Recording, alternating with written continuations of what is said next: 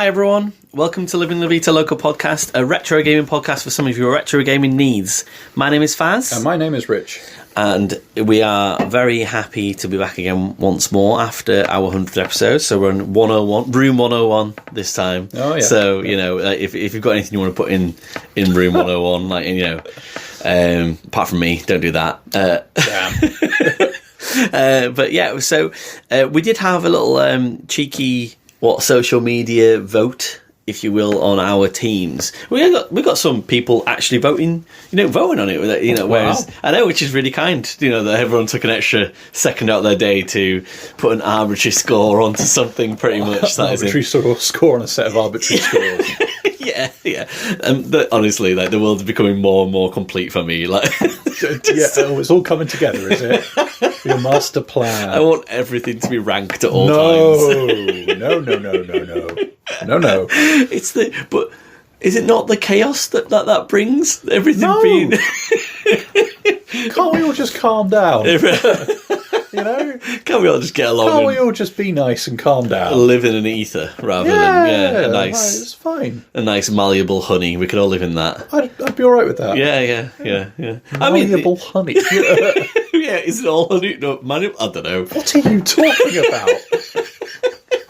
Episode 101, when the wheels finally come off. I've had one sweet. Compared to like the 3 or 4 beers that we used to have and speak sense with. On that vote then, so we put it across social media, so just our Instagram and so WhatsApp groups and stuff. Did you put it out anywhere or anything at all? No. Okay, fair enough. That's fine. I mean, the only groups I'm in are the ones that you're in anyway and posted in, so didn't see much point. So we won't do like a big grand reveal or anything. So Jack got 3, you got 4, I got 13. Now I was the one who put the interesting. I do. Confirmation bias much? Well, is it? I mean, it is, but is it? I don't know. It does feel like quite a lot, like, as in. So, but yeah, that's a pretty comprehensive win. Yeah, I mean, considering Jack, I know you're listening. You gave yourself 9 out of 10, so that is in. Just have a little think on that one. I was a victim of circumstance. Yeah, well, this is the thing. I think that it was really interesting that you still saw people kind of random, I guess, teams that we made up from random games. That is in, every single person had something different that they were like, oh, that's my jam. Do you know what I mean? Like, as in, so it was really cool. That was very Grand Theft Auto heavy and Call of Duty-ish, wasn't it? There was a lot of Terraria chat that Terraria. Why can't I do that now? Terraria chat that people kind of had with me, and it was like and that seemed to have a lot of love, as in, for example. So you can see why that is in the top. Was it in top 10? Top 15 at least, certainly best-selling games of all times, because there is a lot of people out there that must like it. It's all mind-blowing. Yeah. So, I haven't done a review for a couple of weeks, so I was a bit, a little bit sort of nervous coming back over again, thinking I've got to talk about a game again. It's been like 2 weeks since it's happened, so or maybe it was like 4 weeks even in real time. But yeah, we're kind of going for a bit of gang warfare as a theme this week. We don't theme our podcast as much as we used to, but we've kind of chosen a little bit of a gang warfare theme this week. So I think I'll go first. That isn't just to get what is it like when you get back on the bike and shit and. Get back on the bike and shit. Yeah. I mean, you're doing it wrong if you do that. That would go everywhere. I hate to break it to you. Like, the spokes just fly everywhere. It's just like, I'm not doing that. But surely people that cycle for like 150 miles, like... it must happen. Are they not pooping? Accidents must happen. They must surely. Is that when they crash and they're like, oh, it happened when I crashed? Or the bike before me. Anyway, the poopy bike story is over with.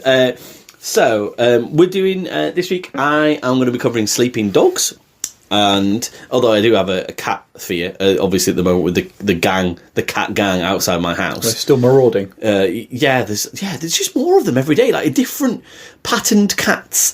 Like they're just actually more of them, or are you just being paranoid? No, I'm not shitting on the bike again. I'm not lying about this. There's people seem to be just getting more and more cats in and around our area, and so I'm happy to talk about dogs rather than cats for like a little while, especially when I was working at home today and I was looking out the window and I was just like, that is a different cat again. There's another cat. It's a different cat. They killed a wood pigeon the other week, motherfuckers. Yeah. They're massive. Yeah. Oh, my cat's come in with a wood pigeon. Yeah, he said, yeah. So that's it. Well, it's an impressive feat. It was easily about a third of her size or something like that. Like, it's a long way to drag something that big. Yeah, just to present it to your owner. Yeah. She tried to get it through the cat flap. Unsuccessfully, I might add. Yeah. And and those cat gangs, they're dangerous, but probably not as dangerous as the gangs in the Yakuza Like a Dragon series, one would assume. No. Although there are cats. Yeah. So, there are cats. Yeah. I did, as a preamble for this podcast, ask you to explain the Yakuza series in the podcast. Yep. You told you to do one. Well, you were quite polite about it. You know, like as in, I mean, I think I remember it saying that you would end my lineage and kill my children, but it was. Were you too Not deep your in the children? But so quite a convoluted, complicated series with over 20 games, and I was like, just distill it down to about 3 or 4 minutes conversation. No, if you're listening to this, you are on the internet and can go and spoil it yourself with your plot summaries if you so wish. Yes, yeah. So I think I'll probably do that. I mean, I noticed that the Yakuza subreddit is just like they have an FAQs and this is where you just start the story, etc., etc., which is very kind of them. It's like there's enough out there that you can legitimately have a bunch of different reasons for jumping into the series at a bunch of different points. Yeah. So yeah, we'll get into that. No, that's cool. I'll start with Sleeping Dogs then, because that game, and I very pointedly say game, is just one game. But well regarded, I would say. Quite well regarded. And you've played it, haven't you? You said you played it, yeah. So, I regard it well. Yeah. How long ago did you play it when you last played? I've played it a couple of times. Oh, really? Okay. Yeah, I dabbled with it on my PS3 once upon a time. Played more of it, got all through it on my PS4. Cool. And I've got it floating around on Steam. Oh, cool. So you got like the definitive edition then? Yeah. The original game then, 2012, PS3 and Xbox 360. And then there was a definitive edition brought out 2 years later on 2014. That's the edition I've played, which it's interesting because it feels like games don't necessarily do, or developers even, or probably even more publishers, don't really do definitive editions as much anymore. They do a full remaster. And I'm looking more at Horizon Zero Dawn, for example, and stuff, and Until Dawn. And is it just Dawn games? Is it just when the sun's coming up, they're like, right, remaster? But it's just like... It feels like definitely a preference for this, especially since it only cost me £3.59 digitally. And it's like I think they did, like say, 2 years later, and they just touched it up and added a couple of DLCs and stuff, and it just felt like really good value, I guess. I mean, obviously at that price, but I'm guessing it probably was quite good value when it came out anyway in 2014. And rather than being a full remaster and giving it everything. But yeah, it's just interesting. I don't think I see as many definitive editions now. It's more let's redo the whole thing. It kind of feels like something that we're figuring out still in the industry. The whole, I mean, we've chatted about it before. I know, like the remaster versus remake and all this kind of stuff. Doesn't really feel like we've sussed it. I mean, I've seen like a few floating around, but it probably, to my mind, I'm trying to think about this while I'm explaining it, wasn't helped with like the jump from PS4 to 5. Yeah. You had a lot of like that line was blurred, right? So you could still kind of is. You get your PS4 disc and get a PS5 version of the game, whereas PS3 to 4 you kind of did need, you need a definitive edition. Like you needed a different version of the game. So I do wonder if that's probably contributing to it.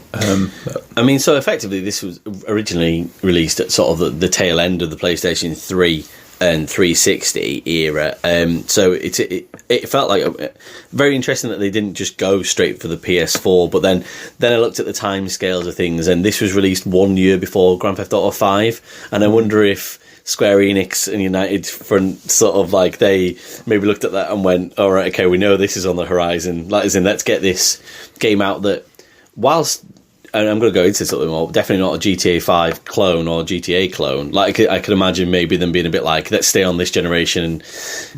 Was it not one of those ones that was in development hell for a while as well? Maybe, like, yeah, I think it was, remember the actually. true crime games? I think Yes, I think it was originally a true crime game, well, which would have been like a GameCube era type PS2 I've read thing, sort of like... conflicting stories about that, whether it was or wasn't, but it certainly had, like, there's enough the vibe. Yeah, exactly. There's enough smoke around it for that anyway. But yeah, so 1 year before Grand Theft Auto 5, and these guys, the only things that the United Front had really developed before that, and since, it was Mod Nation races and and Little Big Planet karting, which. That's relevant to what I'm going to say about this game later on, so I'll come back to that. But so if you've been sleeping like a dog under a rock or something like that, if you haven't played this game or even been aware of it and things like that, so yeah, it is currently just a singular game. There was a cancelled sequel at one point, I think like 2019, and actually last month it was announced that, again, development hell situation around a movie adaptation. Oh yeah, I saw the trailer for that. So yeah, it was like 2017. I think they said they were going to do it, and then they haven't been doing it. And then about 3 months ago, the guys who originally did it said no, we've dropped it. And then like a month ago, the dude who plays Shang-Chi, like Donnie Yen or something, Simu Lee, I think he's called, and it was Donnie Yen. I think it was Donnie Yen. Yeah. So Simu Liu, he is looking to revive it. So that was in IGN like a month ago. So hopefully there'll be something sleeping dogs out there, because there's a lot of fans of the game. So people want something to develop. Maybe it won't go to the extent of what the Yakuza Like A Dragon games have in terms of having 20 games and things, but there's definitely enough there within this game and within this world to be able to say we can extend that. And the DLC showed that, and I'll go into that in a little bit. But so it's a third-person open-world game set in Hong Kong.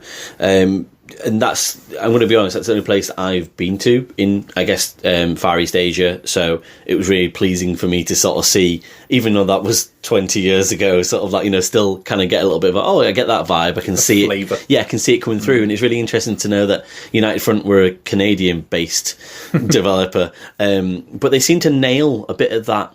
I think it helps because Hong Kong traditionally, previously, certainly, because it was a British colony for so long, you had that sort of Western twist within the Eastern setting. So, and I think that they kind of do a good job of being able to say, right, actually, we've got this culture kind of like sort of laid over the top of what is naturally there as well.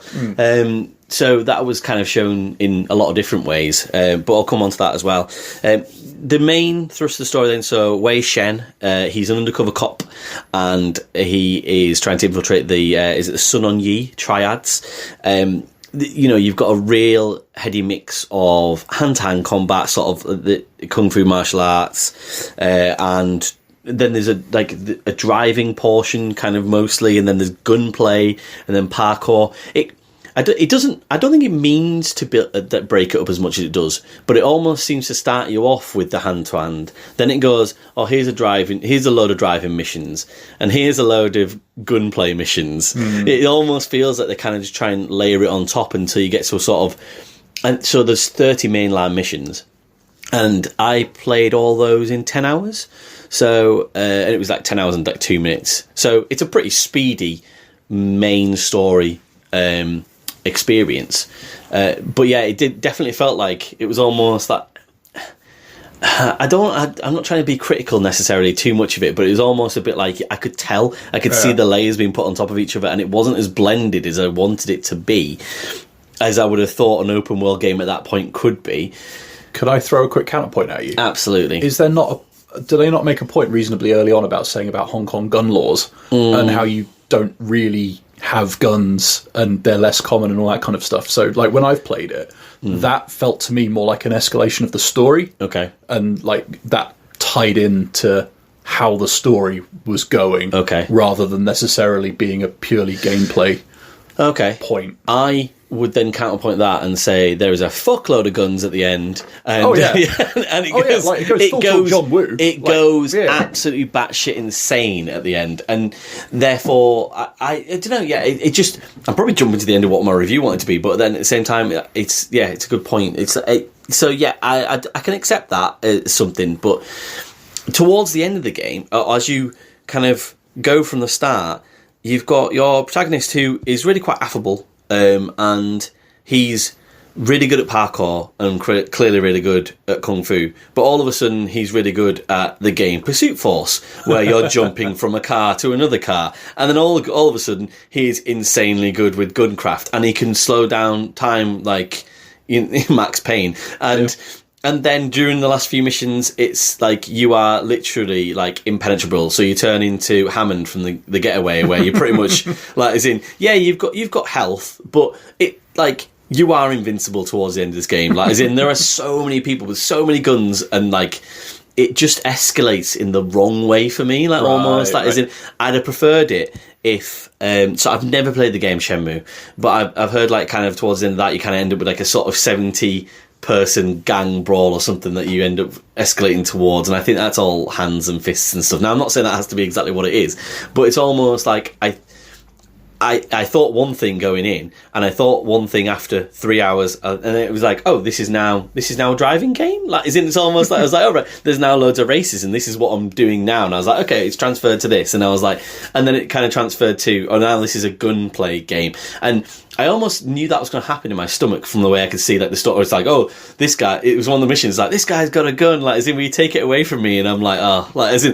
like, and I was like, I was really enjoying the hand-to-hand combat and the. Do I have to? Yeah, exactly. Gun? Do we have to go there? And I was like, and this is probably a real critical start to what actually is going to be quite a not a glowing review, but a pretty good review of that game.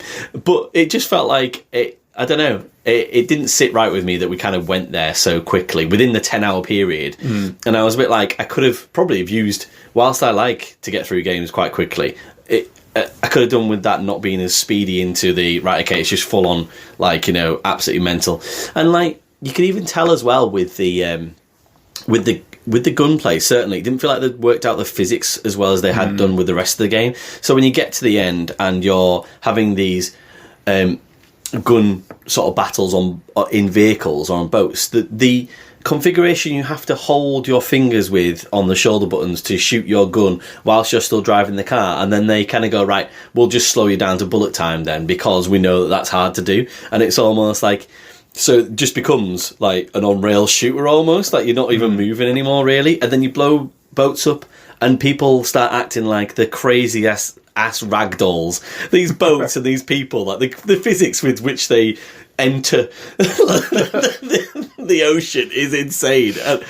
And it's just like, yeah, I just felt like they'd worked out this. The first part of the game, I was like, this is brilliant. Like, as in, I was super sucked in, and then by the end, I was a bit like, I wasn't checked out, but it felt very rote. The story ended up being a bit rote.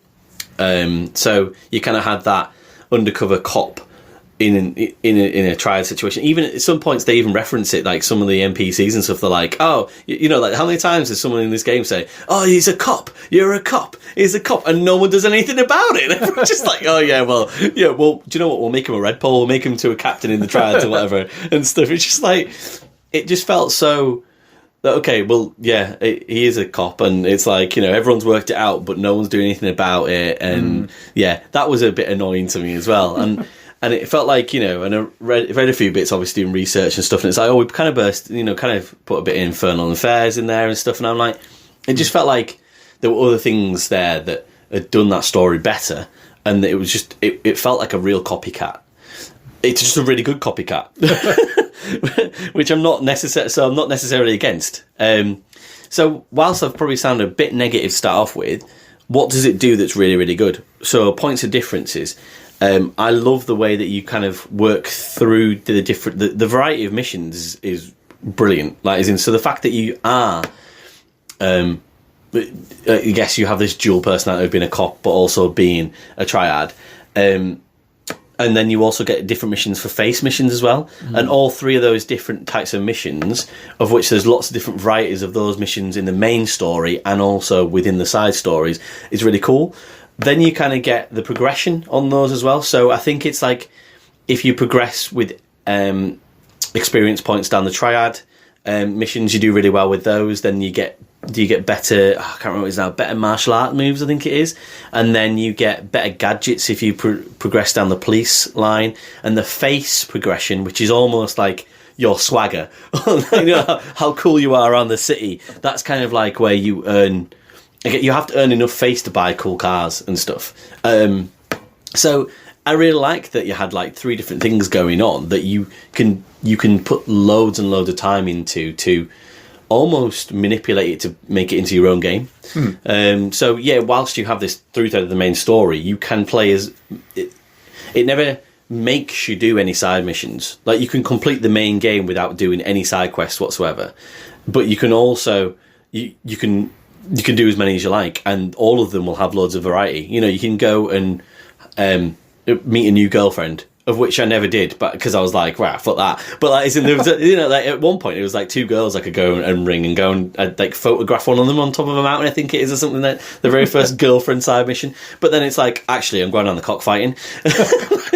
Which is such a typical man thing to do, isn't it? I'm going with my mates down the cockfighting. Like, sorry, blew you off. But yeah, it's just like...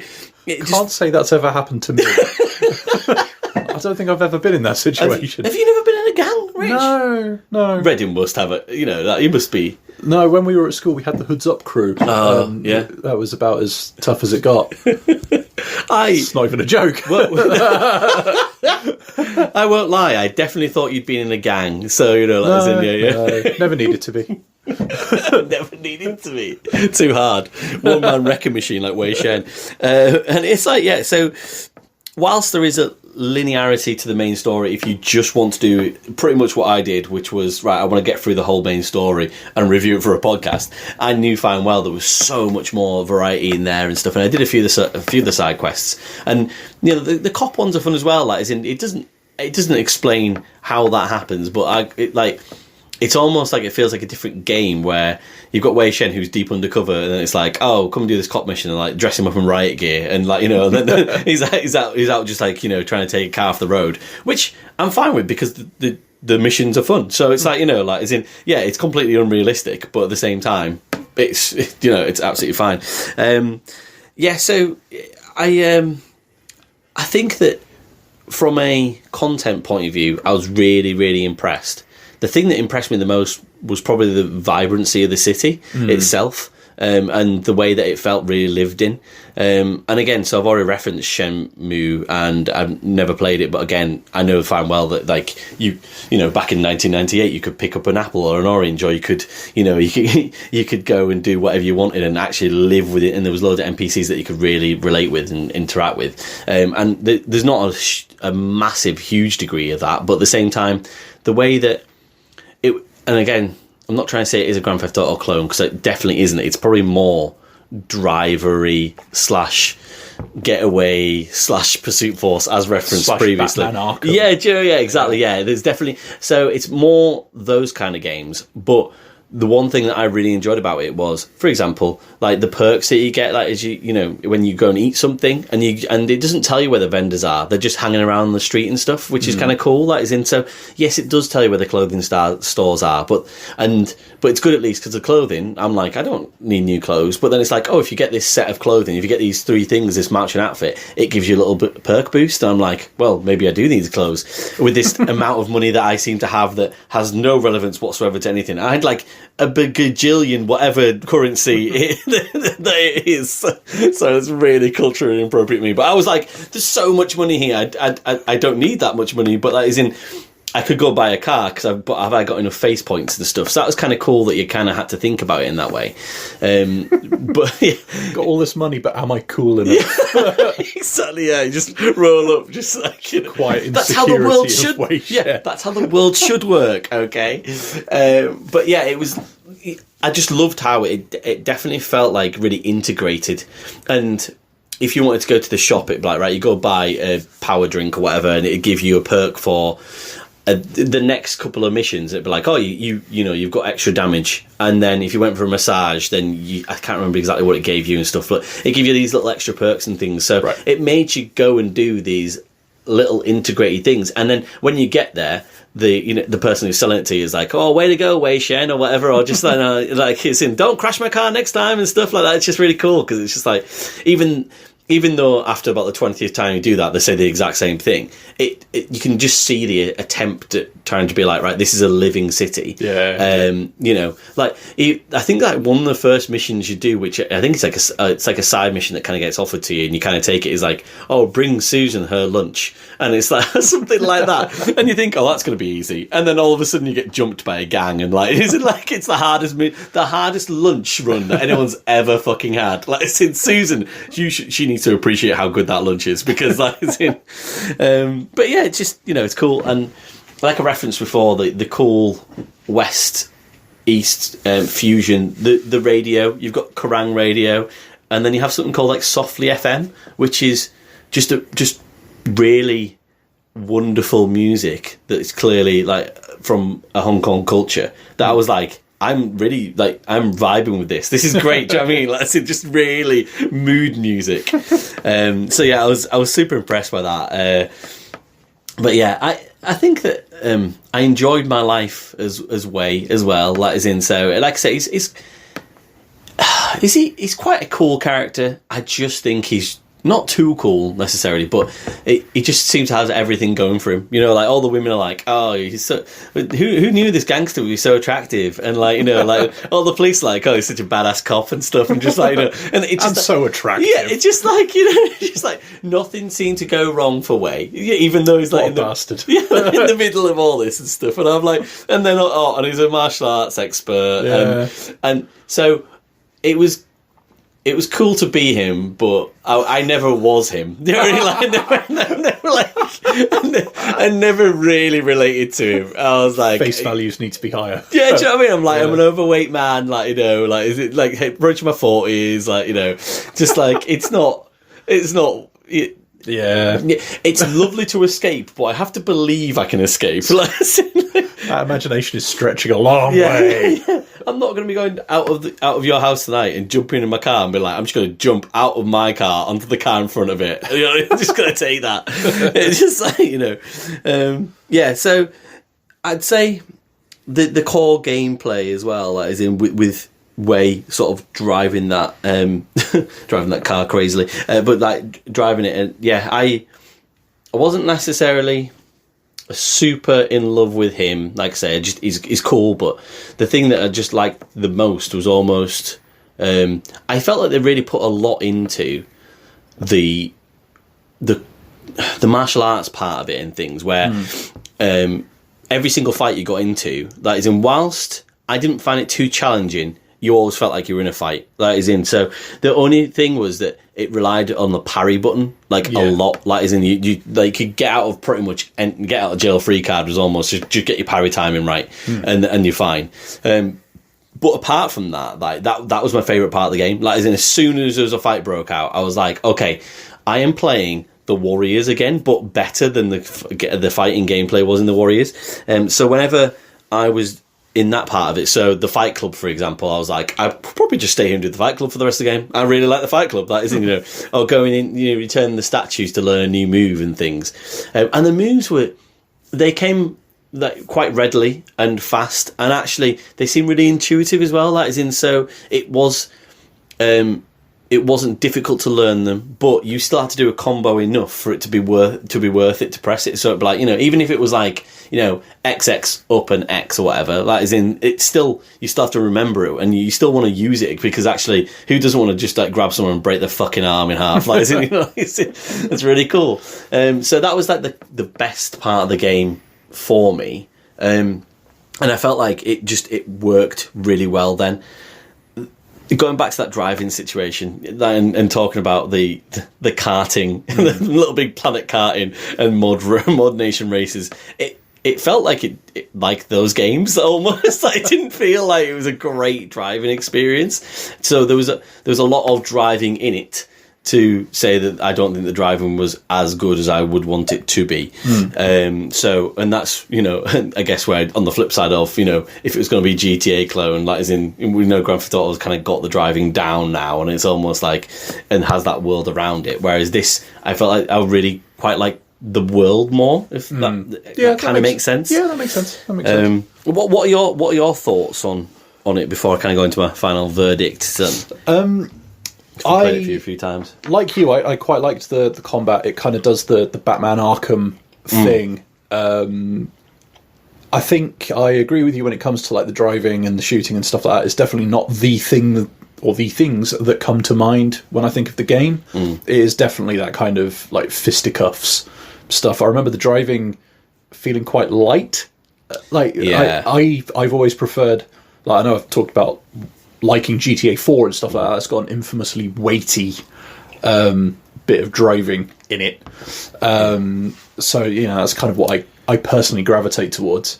But yeah, like for kind of big dumb homage to action movies, I always appreciate what Sleeping Dogs did. But I completely agree with you. Like for me, it was always the atmosphere that nailed it and made me keep coming back. And I think that's why and not to labour the point again or anything, but when it kind of gets towards the end of the main game, certainly, I was a bit like it felt like I was kind of it wasn't unspooling necessarily, but it just felt like what they'd built up and the tension kind of just became just an all-out like you said, John Woo, but like just to the nth degree, crazy ass John Wick situation, and I was just like,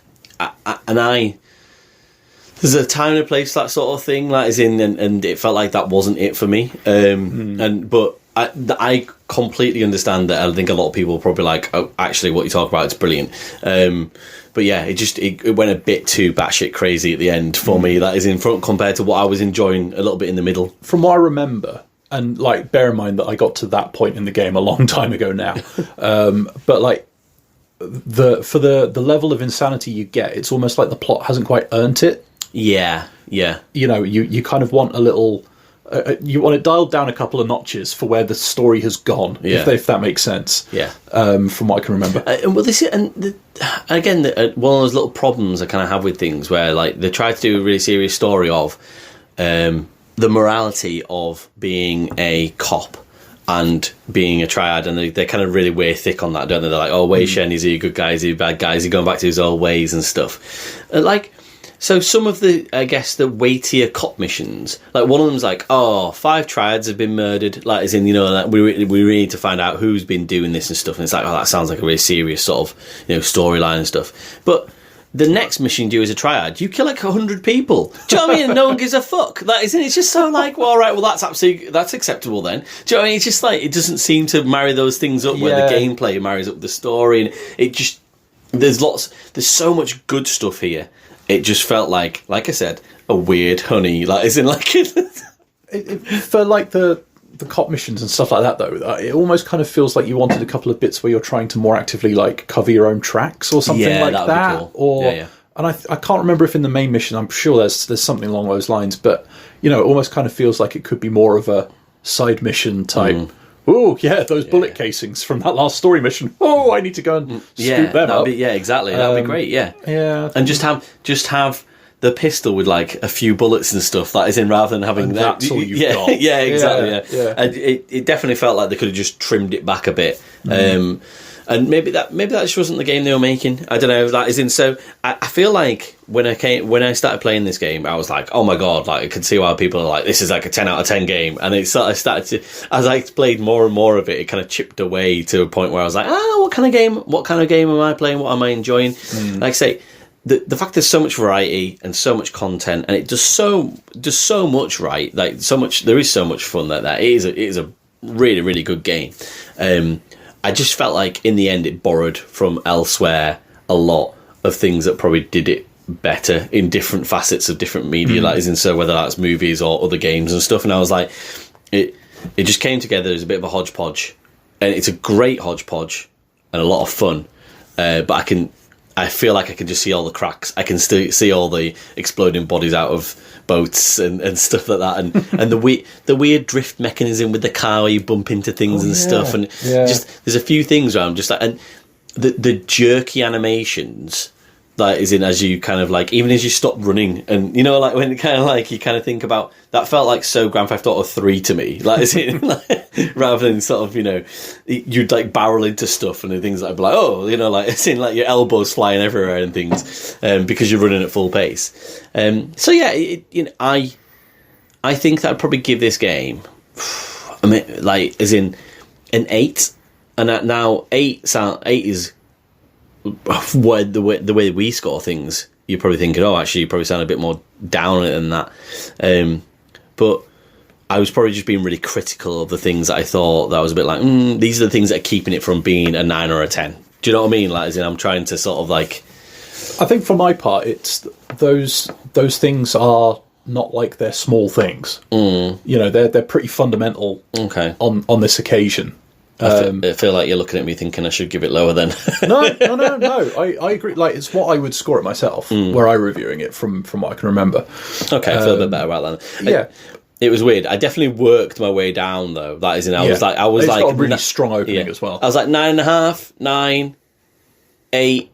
I was like, is it a 7? I was like, it's not a 7, but I was like, but it's definitely not a 9 for me anymore either and stuff. So yeah, I was. It definitely was one of those things that just had an impact on me, and I'd say for 75% of the time I was sat there with a wide smile on my face going ha ha ha ha, and then some other times I was just going, this is fucking stupid, like, isn't that too far dumb? So yeah, that's where it sits for me. Nice. The 75% game, then tip that up to an 8. Cool. So from a 1 game gang. Yep. To a 20 game Odyssey. Yeah, right. So, full disclosure, we are not doing the entire series tonight. Son of a bitch. So I'm doing Like a Dragon Gaiden, the man who erased his name.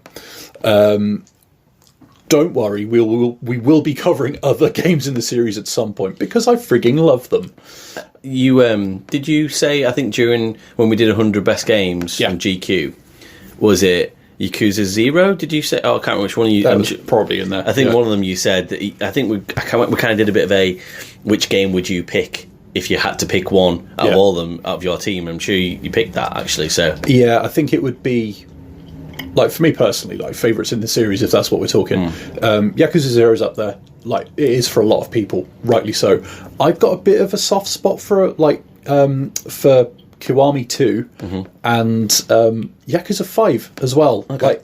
Like, this is the thing, right? So fundamentally, the core of the series hasn't changed a heck of a lot, but it's been around long enough now that you can do things like fun spin-offs or like historical versions, where the characters and their kind of archetypes are the same as and familiar, but they are playing different characters. It's like watching an actor that you know and has a type playing a slightly different character. It's very clever how they can do all that. And then you add in like mechanics that you see pop up in the series in different places, like karaoke you would do as a little button rhythm mini game, and then suddenly come Yakuza 5 where you're playing as one of the characters who's trying to become a pop idol, and instead of fighting you are using those karaoke mechanics as like a kind of core way of resolving conflict. Cool. And so they've worked really hard over the years to work out clever ways of integrating various bits of mechanic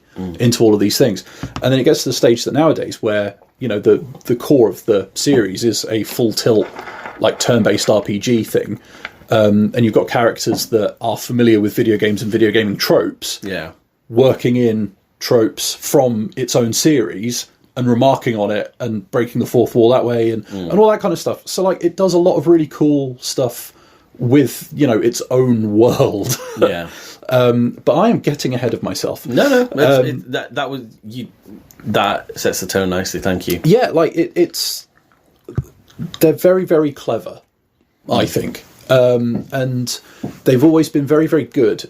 Where Grand Theft Auto will give you a wide open area to go at, like a whole city, the Yakuza games or Like a Dragon games will give you a few blocks, but the depth will be that much greater. So you'll have far more shops, you'll have far more mini games, side activities, side stories, and all that kind of stuff. The core of the games are like fundamentally like proper melodramatic crime dramas, and these plots are labyrinthine. They will twist, they will weave. You will completely lose where you are and who's betrayed who this week, and then it'll have to recap and all this kind of stuff.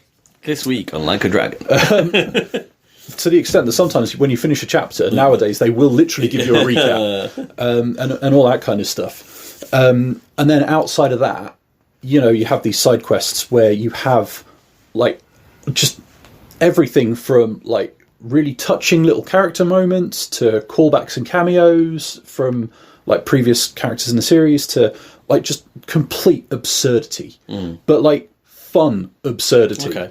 And you will come across all sorts of weird and wonderful characters and all sorts of weird and wonderful situations. And all through so much of the core of the series is Kiryu. And like he will go and break a guy's face, break arms, and like plow through however many baddies you put in front of him. But he's got such a sweet nature. Like he's unlike something like a Grand Theft Auto. The game will take time. Say after an exchange with a character as a side story. Yeah. It'll take a moment and it'll show you what Kiryu is thinking, and it'll just give you a little line in brackets, but you will have that insight into what he is thinking. And that, for me, like weirdly, if you want one thing to point at and go like, that is what is great about this series, it's having those little moments where like he will take time and like look to the sky and think, maybe we could all be better people and stuff like that, and then go and just ruin someone. And like he proper like badass with a heart of gold. That's what the Hoods Up gang were doing. Oh, if only they were! If only they were! Everything would be so much better. But like, yeah, like there is just something so endearing about the guy, and especially considering how many, how long most of the mainline stories are. Anyway, and then how many of them there have been, you see this entire like development from his sort of brash younger days in the 80s right the way up to more recently, and how he kind of matures and grows and how his outlook changes and all this kind of stuff. So like you will have story moments that have considerable weight just because, you know, if you've played enough of the games, you have a read on the guy. You've seen it all the way through. So that brings us to The Man Who Erased His Name. So this is, as far as I'm aware, one of, if not the shortest games in the series. It's not a main one. It's definitely a spin-off kind of side story thing. There have been, like, back in the day on, like, PS3 and all that kind of stuff, they in Japan, they experimented with, like, the zombie outbreak one and stuff like that. It's kind of been more recently they've started bringing more of these over to the West. And I do plan to play Pirate Yakuza in Hawaii. Have you started? I saw it downstairs. I've started in on it. I'm only about 3 or 4 hours in at the moment. But so far, so good. I'm very happy with We're maybe going to do a bit of a Black Flag versus Pirate Yakuza. I've seen people saying that Pirate Yakuza is already the first quadruple A game, and I'm inclined to agree. It's breathtaking. Breathtaking. It is. It really is. Okay. So far. Yeah. Man Who Erased His Name is basically a bit of a prequel to Infinite Wealth, which is one of the mainline games. And in that respect, it does the job. Like, the story is... if you are familiar with the series and how they generally go, it basically plays and feels like a very condensed version of a mainline game, but down to about, 14, 15 hours for the kind of main story, which in Yakuza terms is about half the length, roughly. Hence why I'm nodding, never played one. I'm like, yeah, well, this is the thing, because I had heard of them, but I'd only ever heard them in the kind of lazy, it's like Grand Theft Auto in Japan, like description. It's really not. For me, they play much more like if you had a kind of like a 3D Streets of Rage, with RPG mechanics in there. Thank you for describing them, because that would be my question almost. Like, without touching any of them so far, it's like, you know, I can count. You can count on one hand the number of times you drive anything in any of the games, and it's only ever a minigame side story thing. It's never a Grand Theft Auto front and center. We need some driving mechanics, damn it, kind of thing. You are going to be spending the bulk of your time running around punching people. With ludicrous weapons and ludicrous moves and all that good stuff. But for me, they play much more like a beat 'em up. Okay. Would. So I'm lucky that when I first sort of got into the series, I had time to invest in them. Short version is that in March 2020, I was meant to go to Japan, and the Foreign Office issued the advice to not travel outside the country on our way to the airport.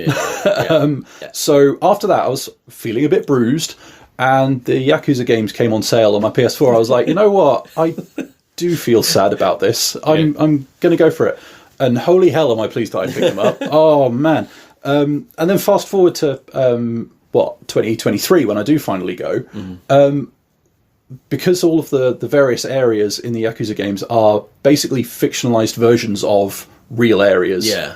I was able to actually go to one of them and be like, oh, I think there's a bar we can go to around the corner. And lo and behold, it's cool. There and stuff like that. So, like, yeah. It's so interesting with these games that they choose to do that, to put so much detail in, real life detail into them. Yeah. To make it, this is an actual place you can go to. Like, and like a lot of the items you can get in the shops are real ones you can buy and all that kind of stuff. And like, on the one hand, you would say, oh, well, that's just product placement. And yeah, of course, sure it is. But at the same time, like you were saying about Sleeping Dogs, it makes the world feel it's also real life. Real. It's also just real. Yeah, and it's not like you can only buy, one brand. I mean, you probably could. They're probably all Suntory now. I've said it out loud. But like it's the kind of thing that there is a bit of variety there, and it counts for a lot. So like the worlds always feel interesting, engaging, and it'll there are a range of them that you can go to.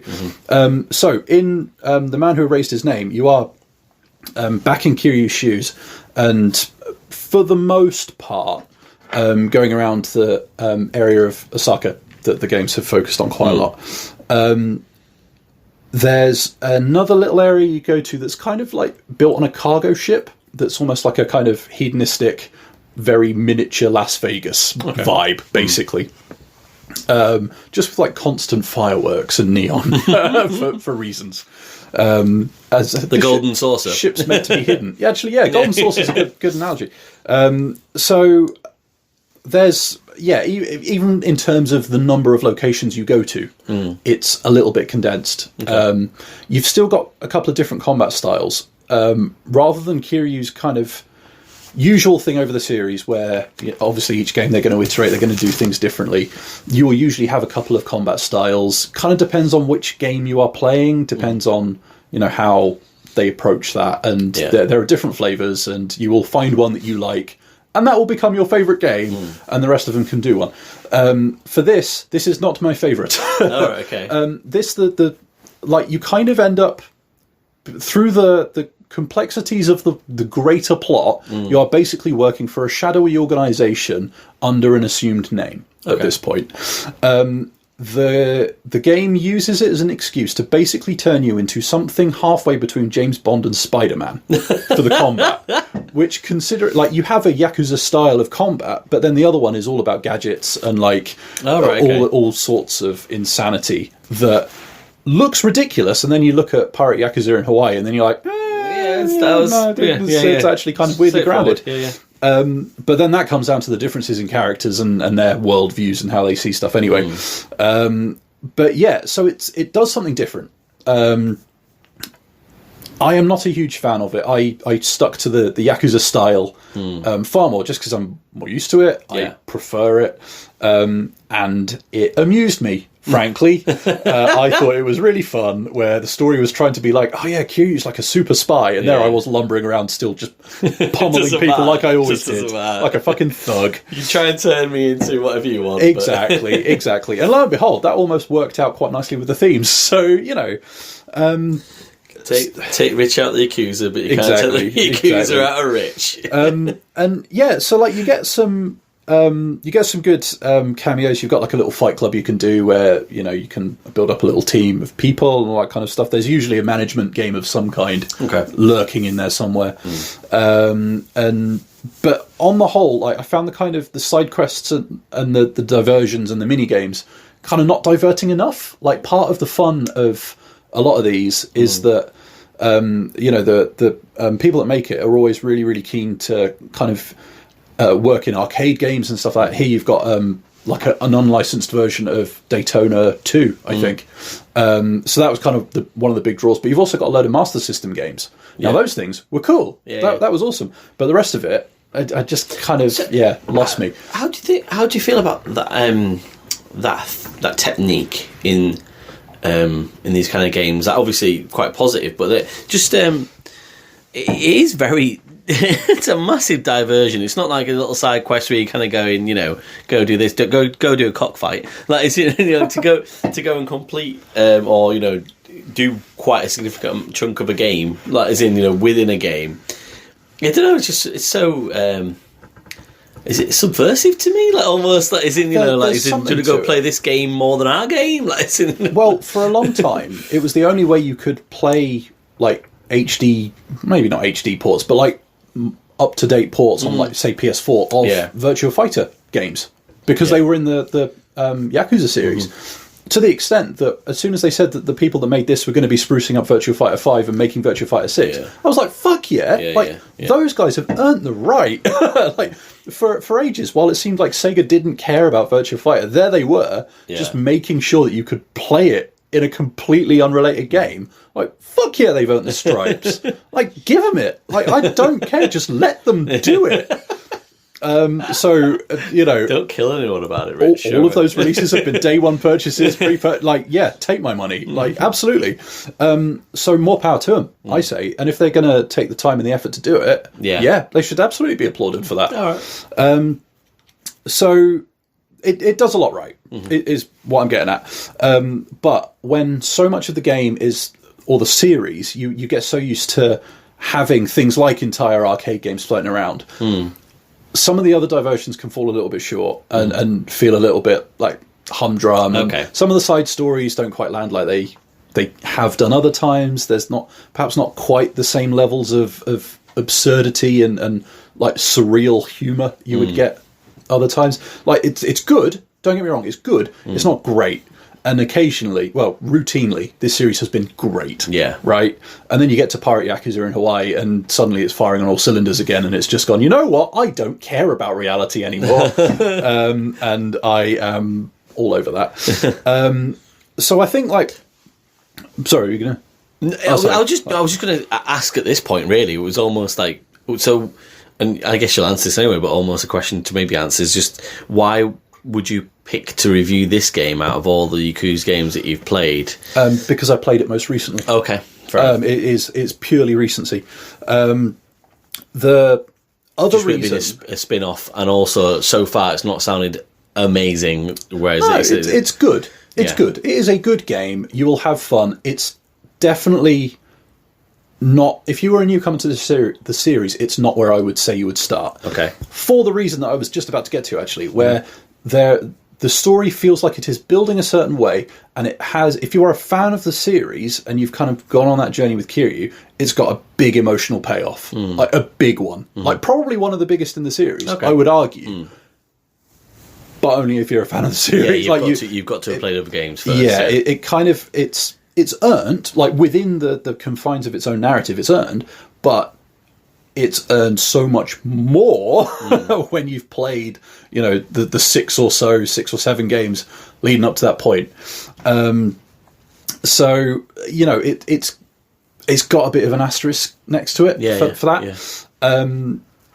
But yeah, it's for me, it's a 7 out of 10, and it's damning it with faint praise, I know, but that is because, given how good this series can be, it just stumbles a little bit. Okay. And I mean, the engine's still great. Like, the animations are funny. I can't name another game where I'll have a conversation with somebody, turn around and accidentally walk into a door frame and it'll be animated like I've walked into a door frame, or like just put my foot through a comically small plastic chair. Yeah. And all that sort of stuff. It just makes you fucking smile. Like, there is just something about these games that I find so endearing, and I always know I would have fun with it. It's brilliant how much you care about them. Like, as in, whenever you spoke about them, the minimum amount we've spoke about them, really, that is in, you've always shown nothing but dedication towards them. So that, So, flip the question I asked before. Then is it kind of like why did you pick it? Is this the worst one that you've played in the series? Do you think? Then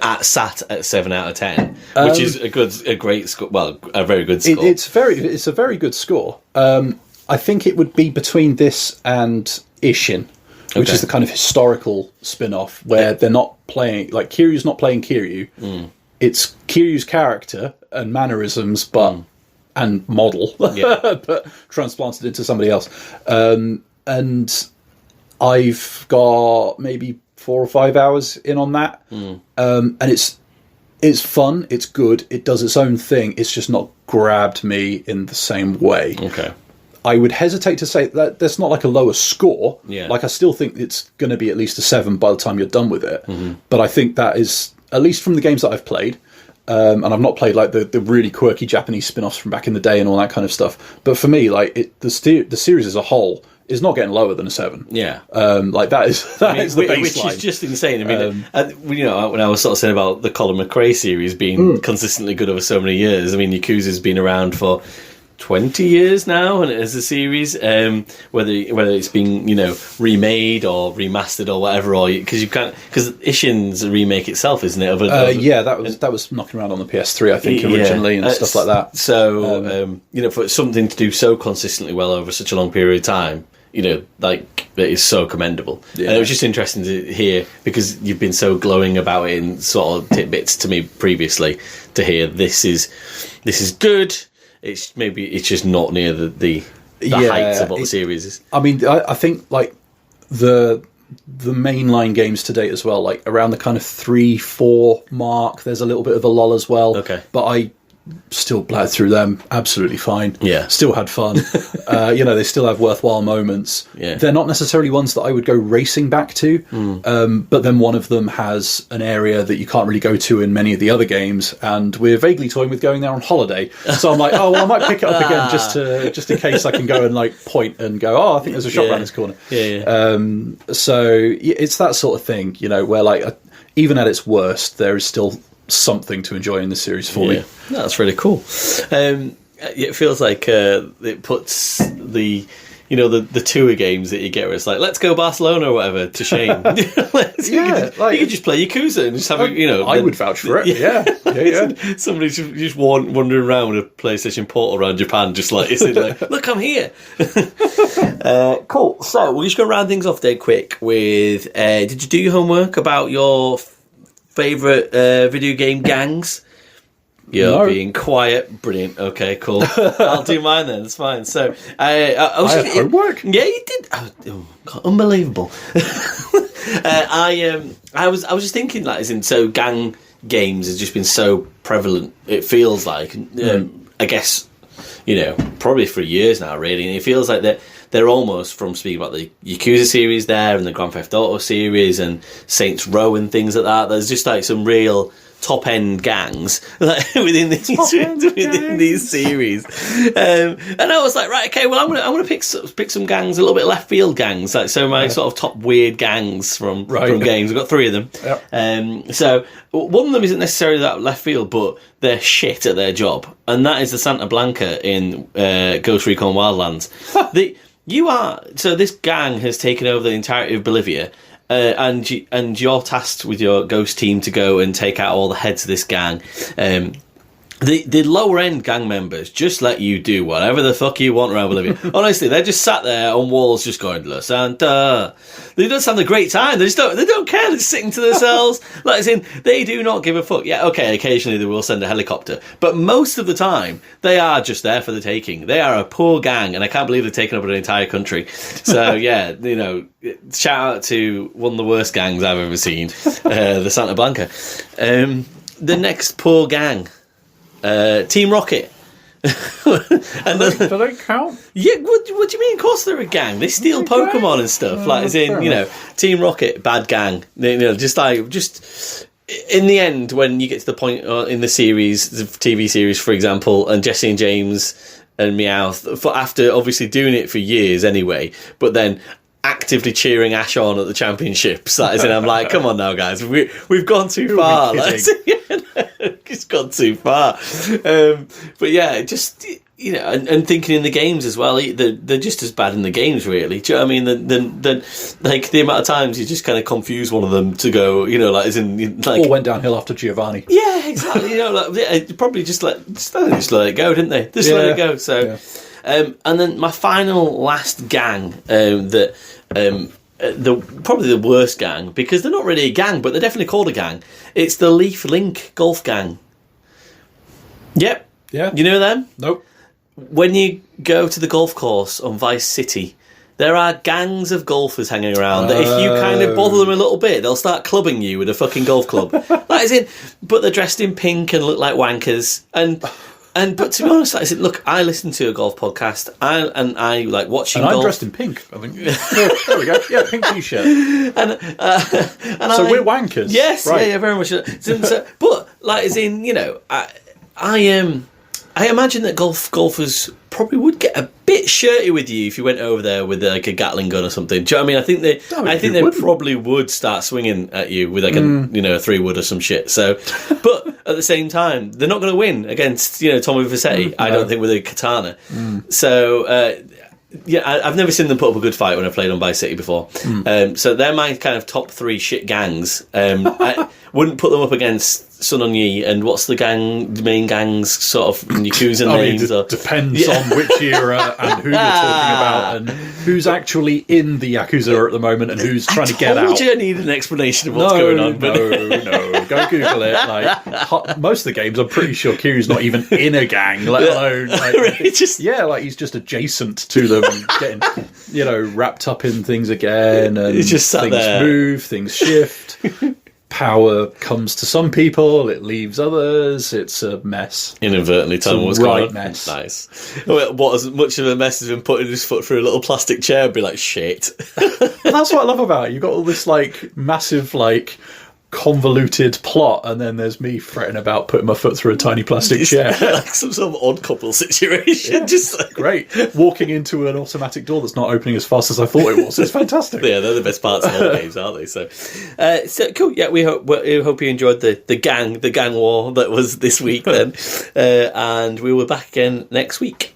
Cheers. Thanks very much, guys. Bye-bye.